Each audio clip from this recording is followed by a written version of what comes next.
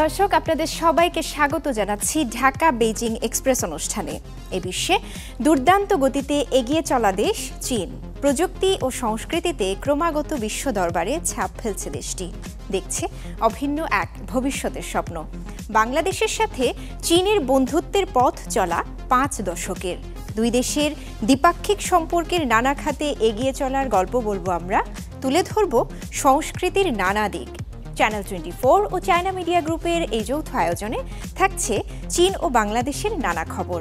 আর পুরো আয়োজনে আপনাদের সাথে আছি আমি রাউজে জাবিদ ঐশী। উত্তর পশ্চিম চীনের সিনচিয়াং উইগর স্বায়ত্তশাসিত অঞ্চল, যা একসময় মূলত প্রাকৃতিক সম্পদের ভাণ্ডার হিসেবে পরিচিত ছিল, আজ তা রূপ নিয়েছে আধুনিকায়ন ও টেকসই উন্নয়নের এক অনন্য দৃষ্টান্তে। গত ৭ দশকে এই অঞ্চলের অর্থনীতি, অবকাঠামো, শিক্ষা, সংস্কৃতি ও সামগ্রিক সামাজিক জীবনে ঘটেছে ব্যাপক পরিবর্তন, যা গোটা অঞ্চলটিকে নতুন সম্ভাবনার দ্বার প্রান্তে পৌঁছে দিয়েছে। ৭ দশকের ভেতর বৈপ্লবিক পরিবর্তনের সাক্ষী উত্তর পশ্চিম চীনের সিনচিয়াং।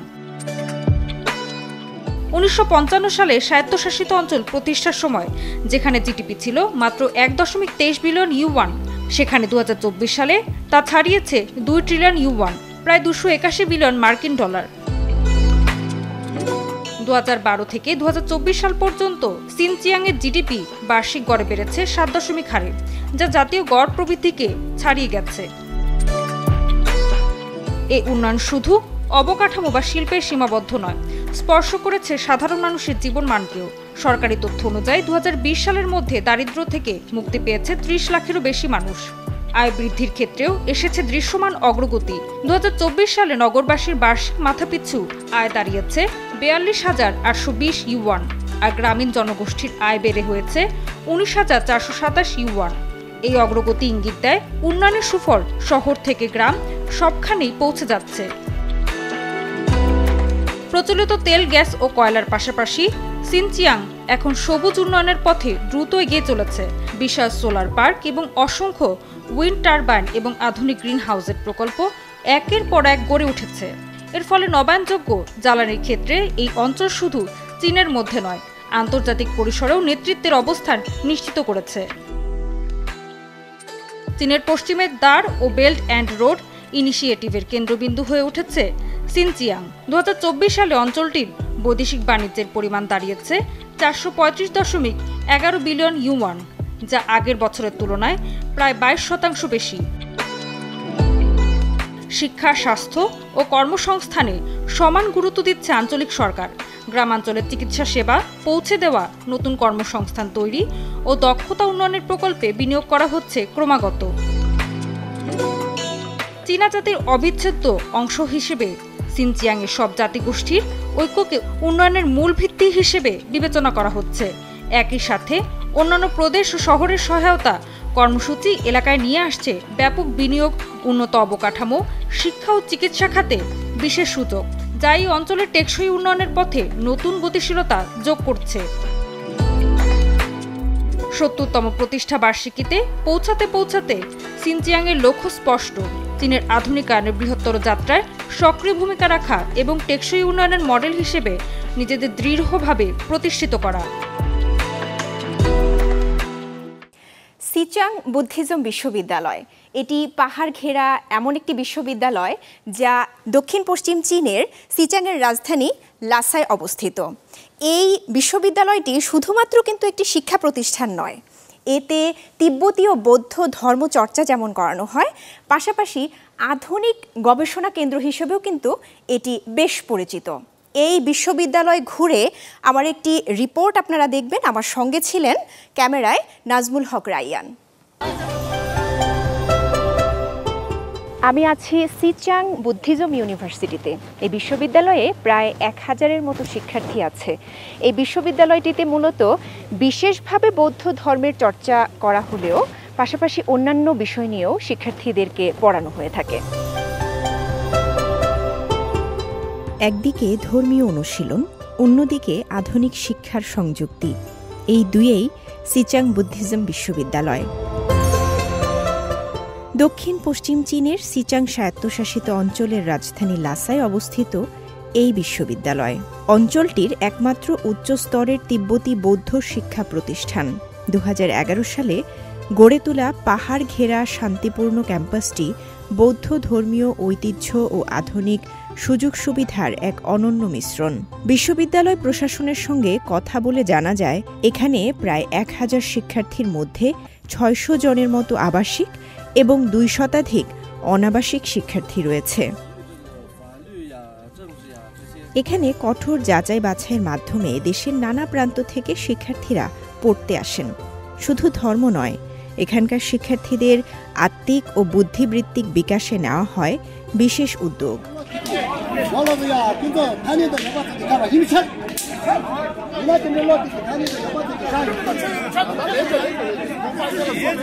সকালে ক্লাস, বিকেলে এক ভিন্ন ধর্মী কার্যক্রম বা অনুশীলন। বুদ্ধিজম স্ক্রিপচার ডিবেটিং বা চমরা নামে পরিচিত এটি।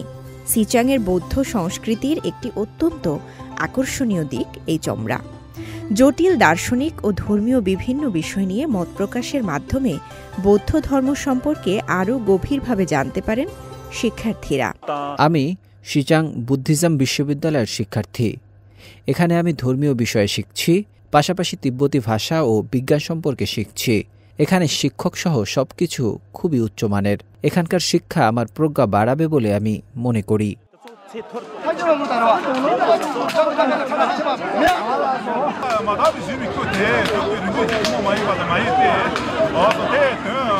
একজন ভিক্ষু দাঁড়িয়ে প্রশ্ন করেন, অন্য ভিক্ষু বসে তার জবাব দেন। প্রশ্নকারী জোরে হাততালি দিয়ে এবং পা দিয়ে মাটিতে আঘাত করে জোরালোভাবে যুক্তি উপস্থাপন করেন। মূলত বৌদ্ধ দর্শনের গভীর সত্য উদ্ঘাটন করা, ধর্মগ্রন্থ সম্পর্কে স্বচ্ছ ধারণা তৈরি করা এবং ভ্রান্ত ধারণা দূর করা এই চমরার লক্ষ্য।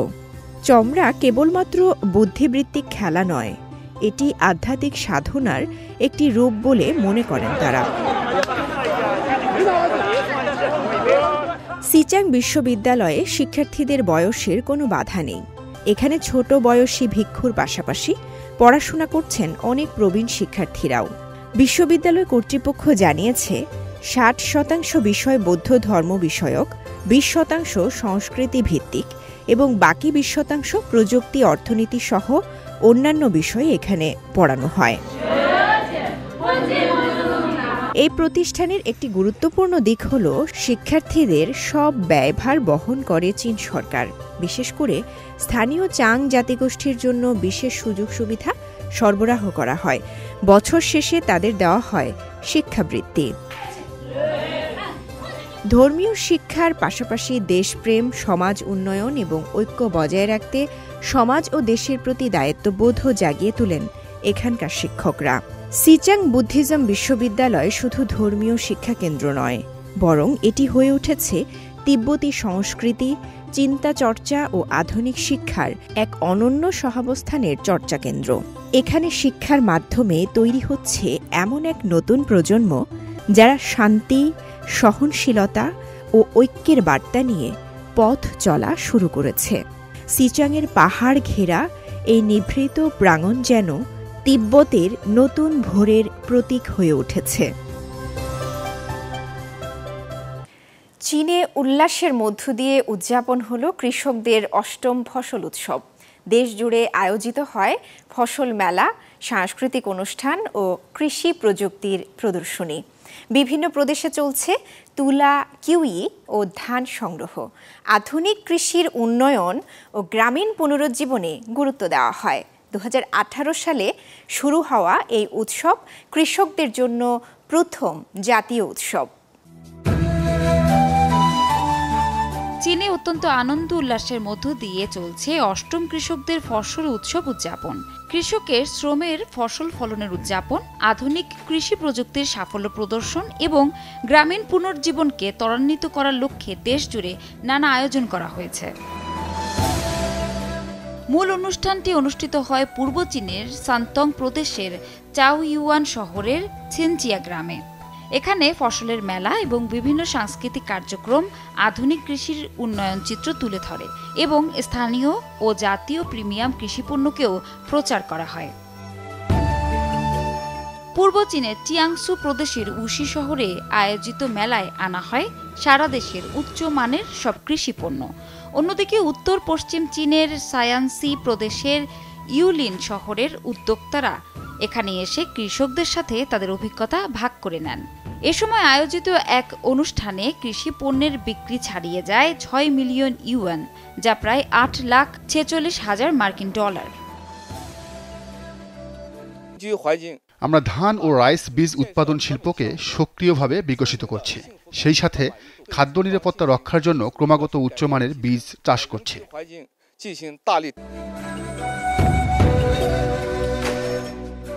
এই উৎসব ঘিরে কানসু প্রদেশের কাওলান কাউন্টিতে দর্শনার্থীরা উপভোগ করছেন স্থানীয় খাবারের স্বাদ এবং সাংস্কৃতিক ঐতিহ্যের বিভিন্ন প্রদর্শনী। পূর্ব চীনের আনহুই প্রদেশের বিভিন্ন শহরে সবুজ খাদ্য প্রদর্শনী ও কৃষি প্রযুক্তি উদ্ভাবনী প্রদর্শনী সহ ৯টি বিষয়ভিত্তিক অনুষ্ঠান কৃষকদের জন্য তৈরি করা হয়েছে। উৎসবকে ঘিরে বিভিন্ন প্রদেশে ফসল তোলার ব্যস্ততাও দেখা যাচ্ছে।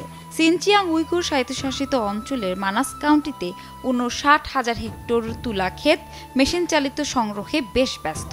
হোনান প্রদেশে সিসিয়া কাউন্টিতে ৮০,০০০ টন কিউ সংগ্রহ চলছে। অন্যদিকে ফুজিয়ান প্রদেশে বেশ কিছু শহরে ১২০ হেক্টরেরও বেশি জায়গা জুড়ে সোপানযুক্ত ধান খেতে ফসল কাটা শুরু হয়েছে। চীনা কৃষকদের ফসল উৎসব দেশটির কৃষকদের জন্য বিশেষভাবে তৈরি প্রথম জাতীয় উৎসব। ২০১৮ সালে শুরু হওয়া এই উৎসব প্রতি বছর শরতের সময় পালিত হয়, যা কৃষি ফসল মৌসুমের অন্যতম গুরুত্বপূর্ণ সময়। চীনের উত্তর পশ্চিমে সিনচিয়াং এই বছরের গ্রীষ্মকালীন ভ্রমণ মৌসুমে রেকর্ড গড়েছে। ১৩ কোটির বেশি পর্যটক ভ্রমণ করেছেন অঞ্চলটি, যা শুধু প্রাকৃতিক সৌন্দর্য নয়, স্থানীয় অর্থনীতি, কর্মসংস্থান ও ভোক্তা ব্যয়েও নতুন দিগন্ত খুলে দিয়েছে। চীনের উত্তর পশ্চিমে সিনচিয়াংয়ের রাজধানী উরুমছির আন্তর্জাতিক গ্র্যান্ড বাজার এখন পর্যটকদের ভিড়ের কেন্দ্রবিন্দু। গান, নাচ, সাংস্কৃতিক পরিবেশনা আর দোকানপাটের কোলাহলে প্রতিদিন উৎসবমুখর হয়ে উঠছে এই এলাকা।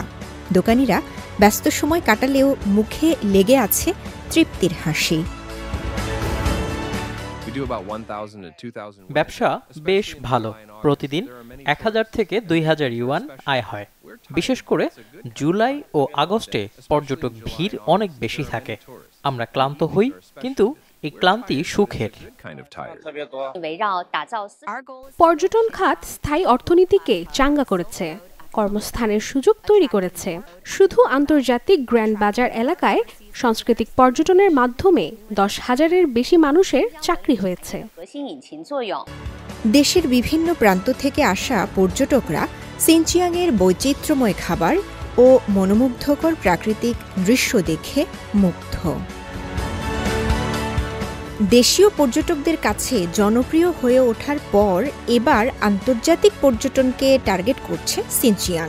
নতুন অবকাঠামো ও উদ্ভাবনের মাধ্যমে বিদেশি ভ্রমণকারীদের আকৃষ্ট করার পরিকল্পনা নিয়েছে তারা। পর্যটন দপ্তর জানিয়েছে, সিল্ক রোড ইকোনমিক বেল্টের বিশ্বমানের কেন্দ্র হিসেবে সিনচিয়াংকে গড়ে তোলাই তাদের লক্ষ্য, যাতে আরও বেশি বিদেশি পর্যটক এখানে ভ্রমণে আগ্রহী হন। রেকর্ড ভেঙে এ বছরের গ্রীষ্মে সিনচিয়াংয়ের ভ্রমণ খাত শুধু দেশীয় পর্যটকদের আনন্দ বাড়ায়নি, বরং স্থানীয় অর্থনীতি, কর্মসংস্থান এবং বৈশ্বিক ভ্রমণ মানচিত্রে নতুন দিগন্ত উন্মোচন করেছে। সরকারি পরিসংখ্যান বলছে, গত বছরের তুলনায় সিনচিয়াংয়ে পর্যটকের সংখ্যা বেড়েছে ১১.১৫%। একই সময়ে পর্যটন খাতে ব্যয় দাঁড়িয়েছে ১৪২.৫৬ বিলিয়ন ইউয়ান, যা আগের বছরের তুলনায় ১১.৫৯% বেশি। চীনে প্রযুক্তির ছোঁয়ায় নগর জীবনে বদলে যাচ্ছে পরিচ্ছন্নতার ধারা। সড়ক থেকে লেক, শহরের প্রতিটি কোণায় এখন কাজ করছে স্মার্ট আনম্যান্ড ক্লিনিং রোবট। মানুষের শ্রমকে করছে সহজতর, বাড়াচ্ছে কাজের দক্ষতা। একই সঙ্গে সময় আর খরচ সাশ্রয় করে এই রোবটগুলো নগরায়নকে করছে আরও স্মার্ট ও টেকসই। শেনচেন ইউনিভার্সিয়াড সেন্টার স্টেডিয়ামের প্রাঙ্গণে ঝকঝকে পরিচ্ছন্নতা বজায় রাখছে আধুনিক স্মার্ট রোবট। এক ফোঁটা মানব শ্রম ছাড়াই পুরো প্রক্রিয়াটি নিয়ন্ত্রিত হচ্ছে অত্যাধুনিক ক্লাউড সিস্টেমের মাধ্যমে। প্রযুক্তি নির্ভর এই ডিভাইসগুলো শুধু কাজই করছে না, অপারেটররা দূর থেকেই দেখতে পাচ্ছেন রোবটের অবস্থান, কোন জায়গায় ইতোমধ্যে পরিষ্কার হয়েছে আর কোথায় এখনও আবর্জনা রয়ে গেছে। শেনচেনের লিচি পার্কের লেকে ভাসমান বোট আকৃতির এই রোবট যেন এক আধুনিক প্রযুক্তির সৃজন। আগে যেখানে 3 জন কর্মীর 2 ঘন্টা সময় লাগত, এখন সেখানে মাত্র 40 মিনিটেই সম্পন্ন হচ্ছে পুরো কাজ। এমনকি রোবট তীরে থাকা লিলির গাছও চিনে নেয় সহজেই, এড়িয়ে চলে নিখুঁতভাবে। চাহিদা বাড়ার সঙ্গে সঙ্গে রোবট উৎপাদন কারখানাগুলোতেও বেড়ে গেছে কর্মচাঞ্চল্য। ফোসানের এক ফ্যাক্টরিতে টানা চলছে ওভারটাইম কাজ, কারণ বাজারে অর্ডার আসছে ব্যাপক হারে। প্রদর্শনী এলাকায় রাখা সব রোবটই বিক্রি হয়ে গেছে আগে থেকে, কেউ থামাতে পারছে না এই বাজারের গতি।